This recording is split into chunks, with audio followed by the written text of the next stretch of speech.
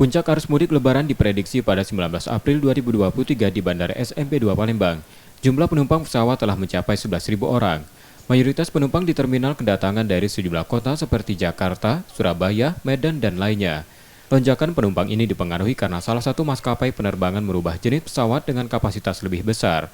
Jumlah penumpang tersebut tertinggi sejak 2020 kemarin saat pandemi COVID-19.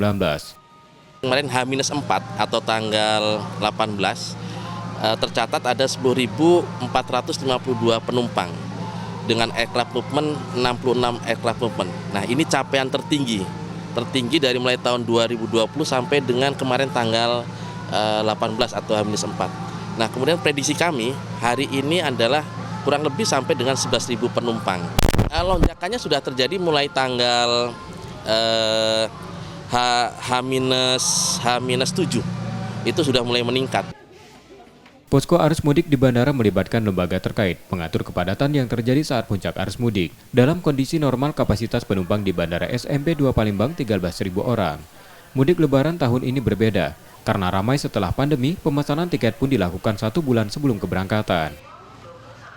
Sekarang ini sudah mulai agak mereda dan juga tapi memang tetap menjaga juga masih menjaga kesehatan. Jadi saya lihat lebih ya agak sedikit longgar lah ya dibandingkan. Oh, itu artinya kemarin sempat nggak mudik karena pandemi karena pandemi kemarin. Pertama setelah pandemi ya? Hampir dikatakan begitu.